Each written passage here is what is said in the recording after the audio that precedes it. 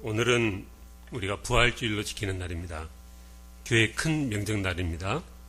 이 귀한 명절에 우리 인원교회를 방문해 주신 여러분들께, 그리고 여러분의 가정과 교회 가시는 일들 위해, 그리고 함께 예배 드리시는 우리 모든 성도들 위해 하나님의 크신 축복이 함께 하시길 주님으로 축원합니다.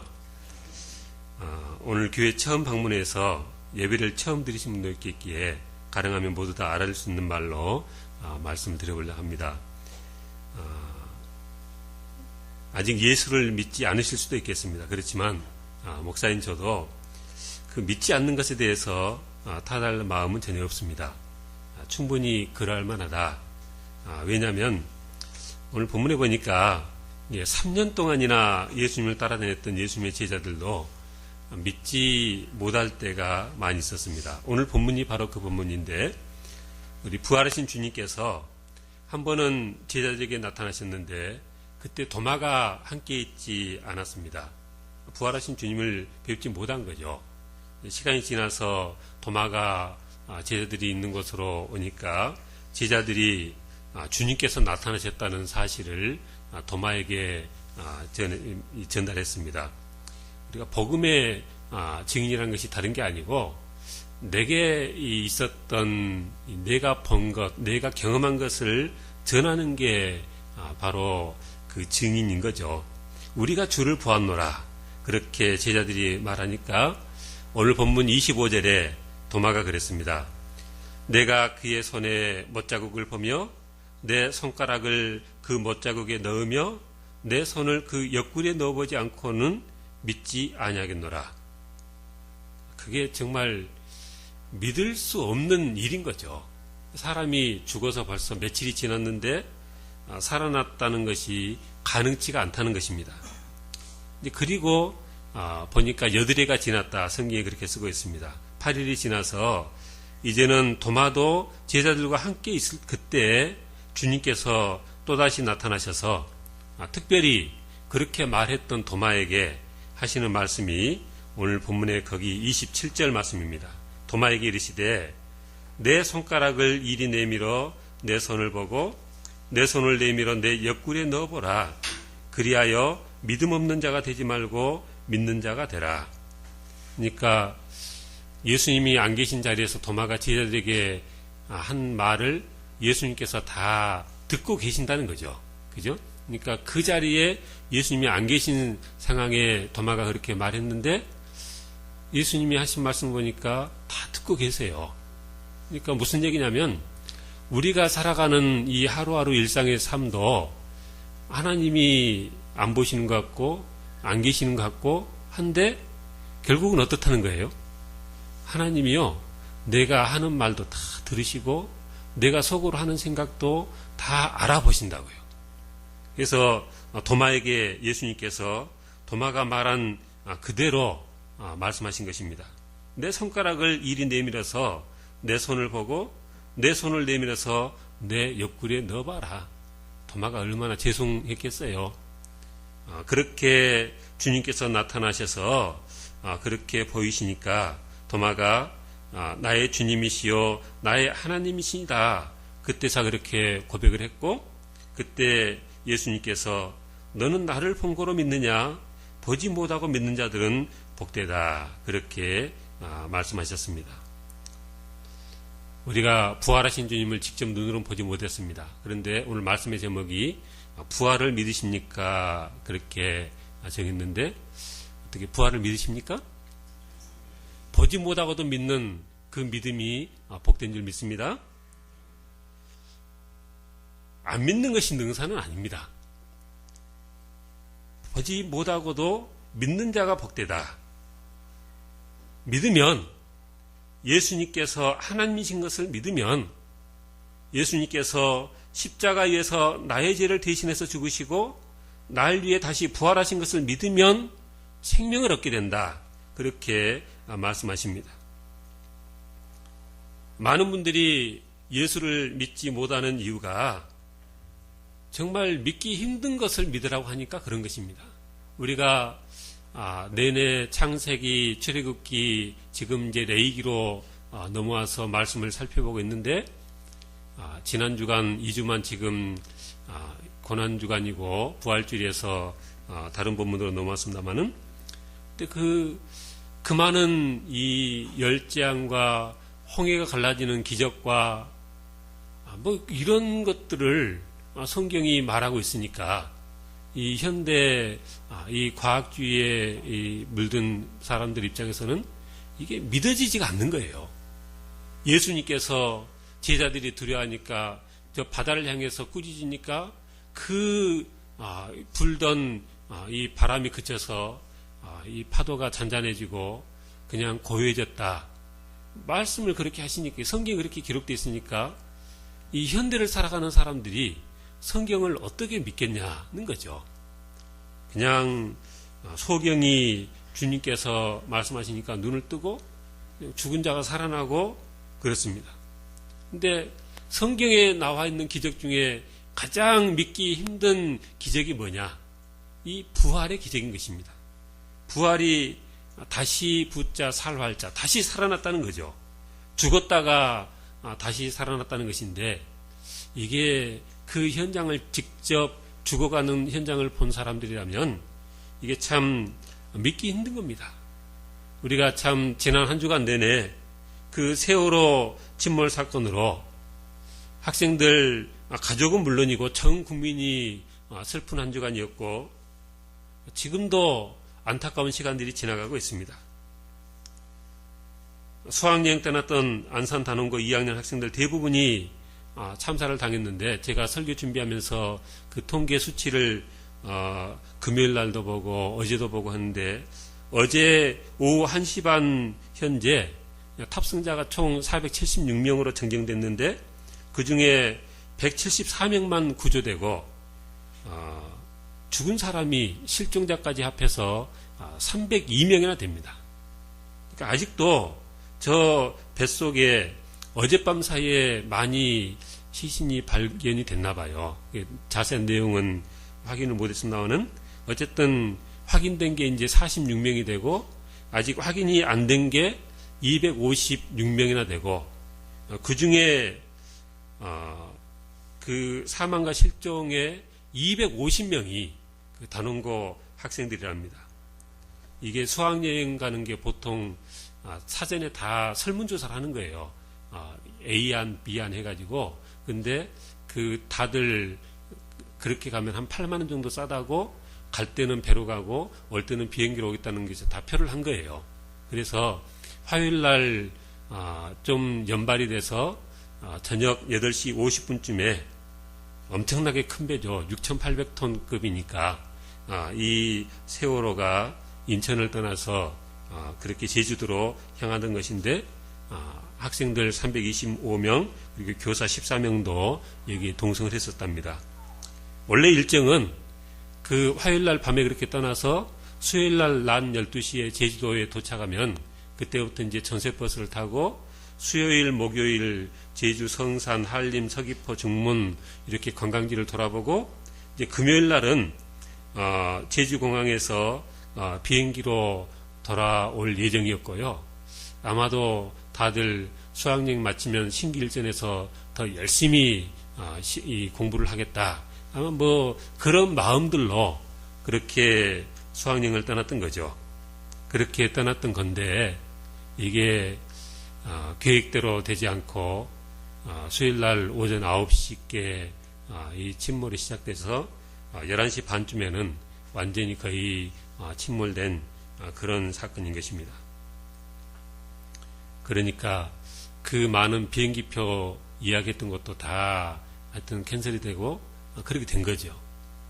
그러니까 이 학생들이, 그리고 인솔했던 교사들이 일이 이렇게 될 줄 알았던 사람이 누가 있겠어요.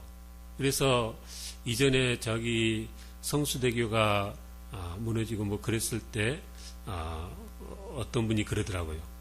이런 몇 가지 사건들을 보면서 이제 그 후로는 어디를 갈 때 다녀오겠습니다. 그렇게 말을 않고 이제 갑니다.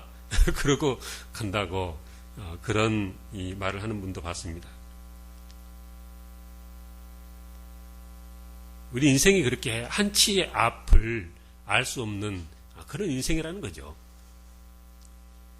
그건 그렇고 어쨌든 심정은 그 애들이 다 살아 돌아왔으면 좋겠다, 그런 마음입니다.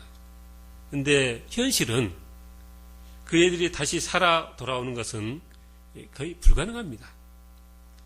이게 산소 부족으로 질식해서 죽었든 폐에 물이 차서 죽었든 죽으면 그 시점부터 사람의 몸은 부패가 시작이 되어진답니다.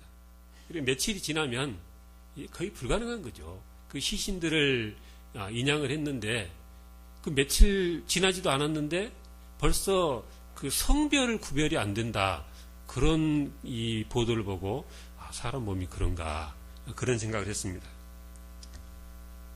우리가 예수님 당시 그 예수님께서 나사로를 살려내셨다는 것을 우리가 잘 압니다. 그 누이들 마리아 마르다가 하도 간곡하게 부탁하니까 이미 며칠 지나서 이게 시체가 썩어서 막 냄새가 나는 그런 나사로를 우리 주님께서 살려내셨어요. 근데 정말 불가능한 거죠. 그죠? 사람의 머리로는 이해가 안 되는 거예요. 과학적으로는 설명이 힘들 만큼 그렇게 죽은 사람이 살아난다는 것은 이게 거의 불가능한 일인 것이다, 것입니다. 근데 그렇게 불가능한 그 일이 일어나서 그 학생들이 다시 살아난다 해도 이게 모든 문제가 다 해결되는 것은 아닙니다. 우리 인생의 최대 문제는 뭔가요? 사람이 시간이 흐름에 따라서 늙고 병들어서 그렇게 아파하다가 죽는다는 것입니다. 그런데 오늘 우리가 부활주일로 지키는데 주님께서 다시 사신 것은 그 나사로가 다시 늙고 병들어 죽을 몸으로 부활한 것처럼 그렇게 부활하신 것이 아니고요. 2000년 전에 부활하신 우리 주님께서는 지금도 하늘 보좌 우편에 앉아서 온 세상을 다스리고 계신 줄 믿으시 바랍니다. 다시 죽을 몸으로 사신 것이 아니라 신령한 몸으로 사셨습니다. 오늘 본문 26절에 보니까 그랬습니다.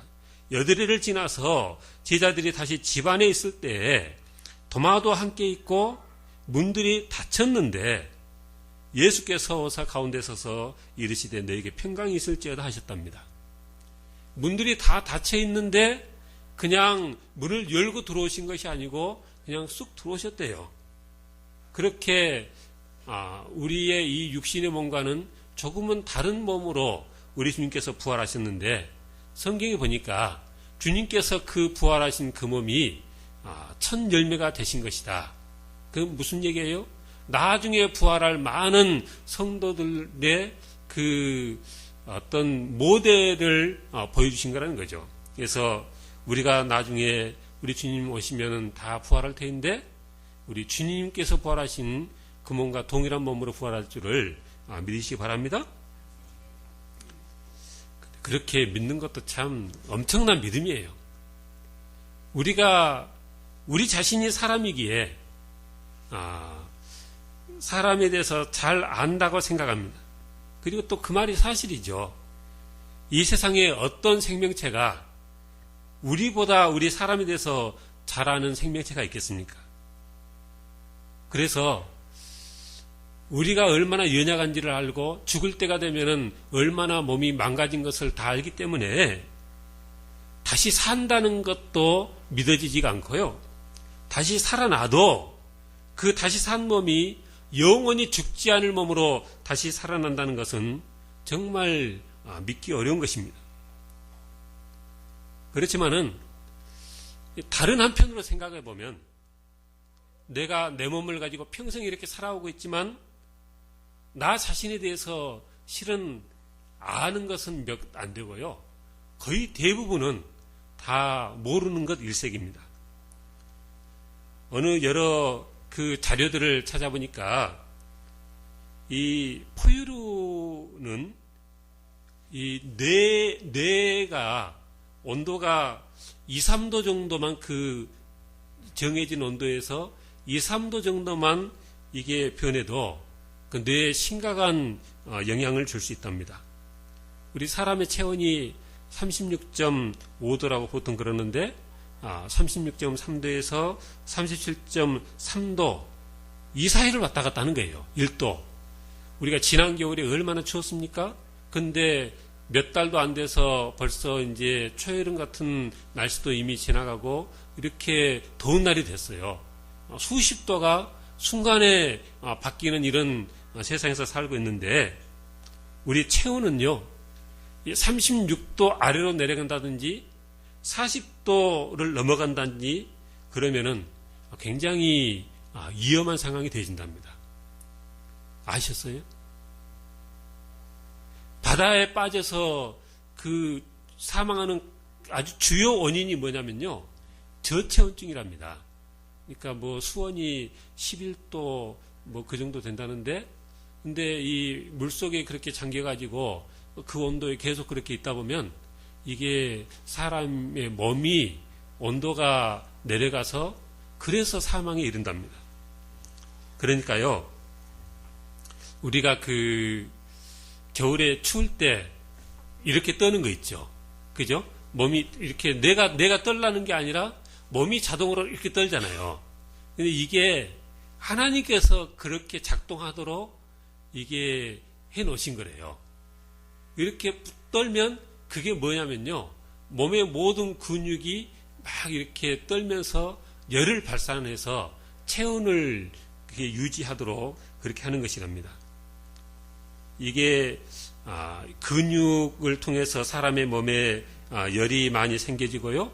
뭐 간장과 그리고 심장에서 열을 발산하는데 이 열이 생기고 또 더울 때 열을 빼내고 이것을 통해서 체온을 잘 유지가 되어지도록 하나님께서 그렇게 사람을 지어 놓으셨답니다. 그 역할을 어디서 하냐면요. 우리 이 뇌의 그 아랫부분에 보면 시상하부라는 부분이 있답니다. 그 시상하부가 뭐라고 돼 있어서 시상하부가 뭐야 하고 찾아봤더니 시상하부 뇌하수체 뭐 그렇게 나오더라고요. 그러니까 그런 말은 우리가 들어보긴 들어봤잖아요. 이제 근데 그 시상하부 뇌하수체에 여러 가지 조절 기능을 하는 게 있답니다. 그러니까 우리 이런 냉난방기도 딱 켜놓고 몇 도 온도 설정하면은 온도가 내려가면 다시 켜지고 올라가면 다시 꺼지고 그렇게 되잖아요. 근데 하나님이 우리 사람의 몸도요. 이게 그런 자동 센서를 안에다 집어넣어 놓으신 거예요. 그래가지고 이게 추우면 푹 떨어서 열을 더 발산하고 몸이 너무 더우면 이게 땀샘으로 수증기를 증발시켜서 몸의 온도를 낮추고 그렇게 하게끔 되어 있답니다. 우리가 살아가면서요. 내 체온이 36도에서 40도를 벗어나면 안 되니까 내 체온을 항상 잘 유지를 시켜야 돼. 그래가지고 더우면은 내가 막 땀을 더 내게 해가지고 온도를 낮추고 추우면은 이렇게 부르르 떨어가지고 온도를 올리고 혹시 그렇게 사시는 분 계세요? 그런 분은 안 계시잖아요. 그죠? 아무 생각 없이 그냥 사는데 수십 년을 살아도 그게 온도가 자동으로 맞춰지게끔 하나님께서 그렇게 해 놓으신 거예요. 어느 자료에 보니까 그렇게 온도를 낮추는 그 땀샘이요. 보고 내가 처음 알았습니다. 이 사람의 피부 1cm, 1cm, 그 제곱센티미터에 땀샘이 몇 개나 되는지 아세요? 그 손바닥하고 발바닥은요, 사방 1제곱센티미터에 땀샘이요, 400개나 된답니다. 보이십니까? 400개나 된대요, 400개나. 얼굴에는 200개가 있고요. 그러니까 몸의 부위마다 다른 거예요, 이게. 얼굴에는 그 1제곱센티미터에 200개가 있고요. 팔하고 가슴 부분은 180개, 다리에는 90개랍니다. 그러니까 그 보면서 처음 알았어요. 이게 땀샘이 있어도 또 부위마다 다르구나. 땀샘이 없는 데도 있답니다. 없는 데가 어딘지 아세요? 사람의 입술하고요. 그리고 엄마들 그 젖꼭지, 그 유두하고 그 고막, 그리고 손톱, 발톱 그 밑에 그랬답니다. 그 설명해 놓은 거 보니까 참 재밌더라고요.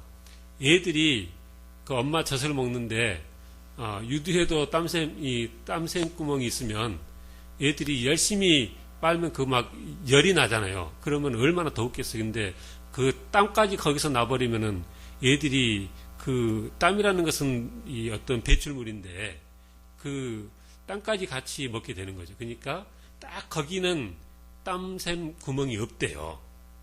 하나님께서 그렇게 만드신 거죠. 이 손끝은 땀샘 구멍이 있고 하면은 그러니까 기름샘이 없대요.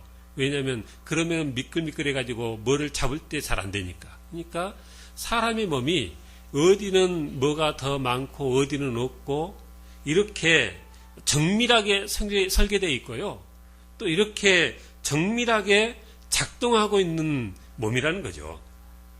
그래서 이 몸이 산소결핍이든 저체온증이든 사람이 그렇게 한번 죽으면 그래서 부패가 시작되면 그게 다시 살아난다는 것이 참 거의 불가능한 일이라는 거죠.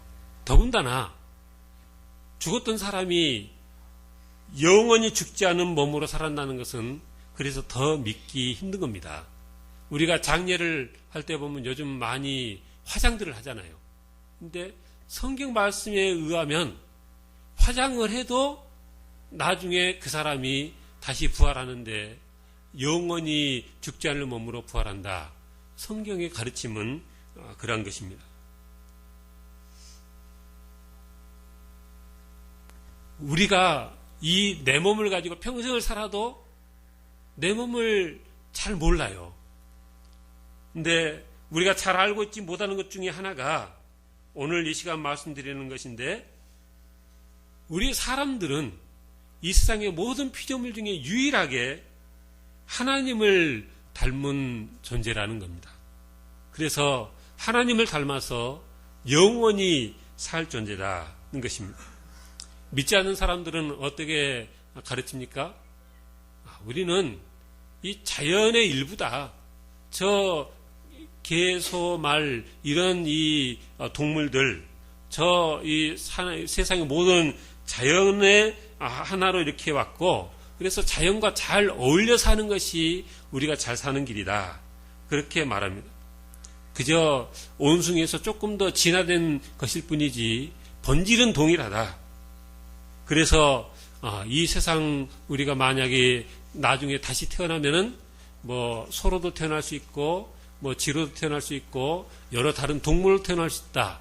이런 윤회설도 가르치고 그런 것입니다. 그런데 성경은 그렇게 가르치고 있지 않습니다. 우리 이 세상에 어떤 동물들이 사람같이 그렇게 기술이 뛰어나고 말을 사용하고 예술 행위를 하고 그런 생명체가 뭐가 있습니까? 아무리 세월이 흘러도 그런 이 동물들이 우리가 하는 것을 흉내낼 수 있을 거라고 생각이 되지 않습니다. 그런 차이가 어디에서 오는 것인가요? 성경은 우리가 하나님을 닮아서 하나님의 형상대로 지어졌기 때문에 그러하다. 그렇게 설명해 주는 것입니다. 그러니까 성경을 읽으면 우리가 어떤 존재인지를 알게 되고요. 성경을 우리가 통해서 우리가 앞으로 어떻게 되어질 것인가 하는 것도 아는 거예요. 이 세상의 시작이 어떻게 됐던 것도 성경을 통해서 우리가 아는 겁니다. 많은 사람들이 닭이 먼저냐 달걀이 먼저냐 이 철학을 공부해 보니까 철학책에도 그 얘기가 나오더라고요. 근데 사람의 머리로는 해답이 있습니까 없습니까? 해답이 없어요. 닭이라고 하려고 하니까 닭은 달걀을 깨트리고 그 병아리가 부화가 되면서 자라서 닭이 되는 것이었고요. 달걀이라고 하려고 보니까 그 달걀은 닭이 낳아서 늘 우리가 보는 게 달걀이니까 닭이라고도 못하겠고 달걀이라도 못하겠고, 그런데 성경에 보니까 창세기 1장에 보니까 뭐라고요? 하나님께서 먼저 모든 것들을 이미 다 자란 상태로 이렇게 지으셨던 것이니까 닭이 먼저다. 씨가 먼저냐 나무가 먼저냐? 하나님께서 먼저 나무가 이 땅에 다 나오게 했다는 것입니다. 도서관에 그 많은 책들이 있는데 이 책을 두 종류로 나누면 뭘로 나눌 수 있어요? 어떤 분은 그렇게 물으니까 그러더라고요. 한글책하고 영어책이요. 어떻게 영어만 있어요?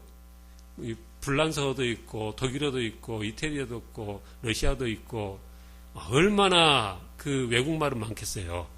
그게 아니고 이 세상에 그 모든 책을 두 종류로 나누라 그러면 사람이 쓴 책하고요, 하나님이 쓰신 책이 있는 거예요. 성경책.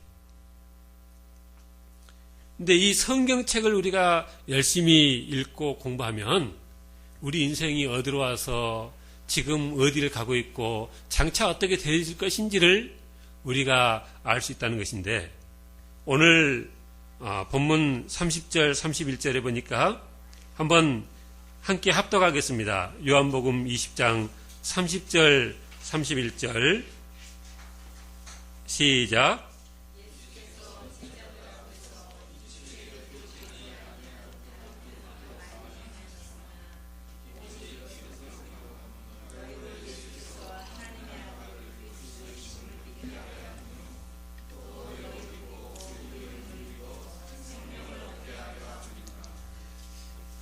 예수님이 하나님 아들 그리스도이심을 믿게 하기 위해서 성경책을 쓰신 거고, 그렇게 믿으면 그 이름을 힘입어서 생명을 얻게 된다. 우리가 잘 외우는 요한복음 3장 16절에도 하나님이 세상을 이처럼 사랑하사 독생자를 주셨으니 그 다음이 뭐예요? 이는 저를 믿는 자마다 멸망치 않고 뭘 얻어요? 영생을 얻게 하려 하심이니라. 이 성경이 말씀하시길 다른 생명들은 죽어지면 그것으로 끝이지만 우리 사람들은 영원히 산다, 그렇게 가르치고 있습니다. 원래 영원히 살 존재로 지어졌는데 우리의 죄로 그렇게 죽기 시작해서 그렇게 죽어서 아담은 930년을 살게 됐고 노아는 950년, 무드셀라는 969년 그렇게 살다가 죽어간 것이었고, 장차 우리 주님께서 다시 오셔서 우리가 주님과 함께 영원한 저 천국에 가게 되면 주님과 하나님과 함께 영원히 살 날이 있을 것이라, 그렇게 성경은 말씀해 주고 있습니다. 어떻게 그게 가능하냐? 우리가 원래 하나님의 형상으로 지음받은 영혼을 가진 존재이기 때문에 그렇다는 것입니다. 씨앗만 봐가지고는 그 자라난 나무가 상상이 안 되는 거죠. 그러나 이 밭에다가 씨앗을 뿌려놓으면 거기서 전혀 다른 모습의 식물들이 자라납니다. 애벌레가 시간이 지나서 전혀 다른 모습의 아름다운 나비로 그렇게 변하는 거예요. 그런 것처럼 우리의 이 몸은 나이가 들면서 사방대가 고장나고 아프고 늙어지고 그러다가 결국은 죽고 하지만, 그러나 성경 말씀을 보니까 그렇게 죽고 끝나는 우리의 운명이 아니고요, 우리 주님께서 오시면 다시 주님께서 능력으로 우리를 살리시는데 주님과 같은 몸으로 우리를 살리시고, 그래서 천국에서 영원히 함께 살 것이라 그렇게 가르치고 있습니다. 이번에 그 침몰한 배가 참 이름이 어떻게 세월호더라고요. 세월호. 근데 우리도 어쨌든 다 세월이라는 배를 탄 사람들입니다. 근데 정말 그 보도를 보면서 이 분통이 터지는 게, 아무도 움직이지 마시고 그 객실에서 대기하십시오. 객실이 제일 안전합니다. 계속 그 방송만 하는 거예요. 그래서 우리 애들이 말 잘 듣다가 다 죽어버린 거 아니에요.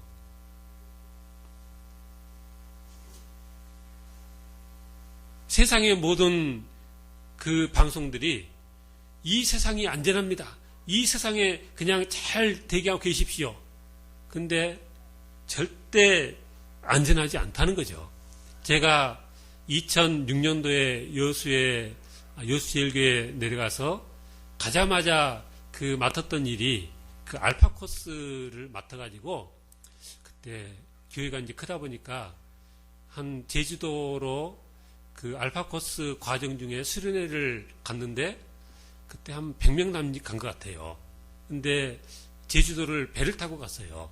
저기 고흥 녹동항에서 저 세월호만큼은 안 커도 하여튼 거의 그렇게 큰 배를 타고 갔는데 저는 그런 큰 배를 그때 처음 타봤어요. 근데 그 방 안에 이렇게 앉아서 누워있고 자고 하는데요. 배라는 느낌이 전혀 안 드는 거예요. 뭐 흔들리는 것도 하나도 없고 그냥 그 안에서는 그냥 저기 호텔방처럼 뭐 그런 거죠. 넓은 이 마룻방이고 그래서 야, 정말 안전하다 뭐 그런 느낌이 드는 거죠. 근데 이번에 저 세월호 사건을 보니까 안전해요? 안전치 않아요? 안전치가 않은 거예요. 이 세상 자체가 한 번은 뒤집어질 날이 있습니다.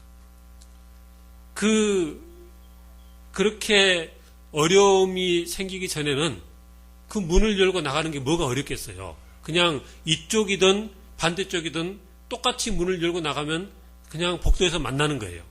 근데 이 배가 한쪽으로 기우니까요. 이게 이 기울어서 문 쪽으로 다 그냥 몰렸던 애들은 문을 열고 나오는 게 쉬운 거죠. 문 쪽으로 다 쏟아져 내려왔으니까. 근데 반대쪽 방에 있던 애들은 보니까 저 위에가 나갈 문이 있는 거고 그 걸어다니던 방 바닥이 이게 미끄러운 벽이 돼가지고 올라갈 수가 없는 거예요. 그러니까 평상시에는 이쪽이나 저쪽이나 구별이 안 됐는데 그 상황이 되니까 어느 쪽에 있었냐가 이게 중요한 기로가 되는 거죠. 아무 일이 없을 때는 양의 물이든 염소의 물이든 섞여서 잘 삽니다. 근데 우리 주님께서 오셔서 마지막에 딱 가를 때 되면 내가 어느 쪽에 속해 있냐에 따라서 이게 생사가 갈리는 거예요.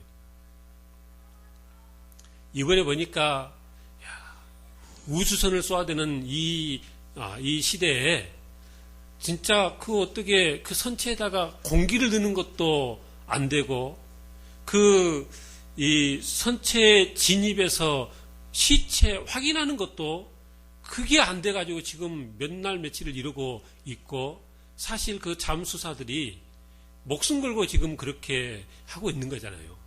그러니까 그걸 보면서 며칠 전에 우리 이 목사님 친구분 오셔가지고 같이 얘기 나누는데 그런 말씀 하시더라고요. 야, 정말 공기 넣는 것도 못하고 이렇게 선체 진입도 못하는 거 보니까 참 사람의 능력이라는 것이 정말 이거밖에 안 된다는 것을 절감했다.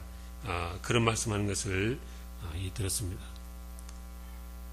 오늘날 과학 문명에 심취해서 얼마나 사람들이 기고만장합니까? 그러나 실은 진실을 우리가 보자면 더 겸손해져야 되는 겁니다. 언젠가 우리도 이 세상과 갑작스럽게 작별할 날이 우리 앞에 찾아올 터인데 그 심판의 때에 심판의 부활이 아니라 영생의 부활로 영원한 생명의 부활로 부활할 수 있는 우리 모두가 다 되지길 주님은 축원합니다. 주님 믿고 주님 영접하여서 훗날 천국에서 다 함께 만나는 그런 복이 있어지길 주님을 축원합니다. 기도하겠습니다. 하나님 감사합니다. 주님 우리를 위해서 부활하신 이 부활주일 아침에 저희들 주님 앞에 나와서 감사 예배드리게 하시니 감사합니다. 하나님 우리가 많이 연약합니다. 이번 이 세월호 사건을 볼 때 우리 인생이 이렇게 연약한 것을 다시 한번 고백합니다. 하나님 긍휼히 여기시고 우리를 사랑하셔서 십자가 죽음을 죽으시고 또 우리의 영원한 삶을 위해서 부활하신 주님을 믿고 영접하고 주님과 함께 영원한 천국의 삶을 소망하는 주의 사랑하는 종들 다 되지게 주장하시고 인도하옵소서. 제자들이 도마에게 부활하신 주님을 증거했듯이 우리도 믿지 않는 그래서 이 죽음의 사망의 길을 걷고 있는 이들에게 부활하신 주님을 증거하는 저희들 다 되지게 주장하시고 인도하옵소서. 감사합니다. 주 예수님 이름으로 기도하옵나이다. 아멘.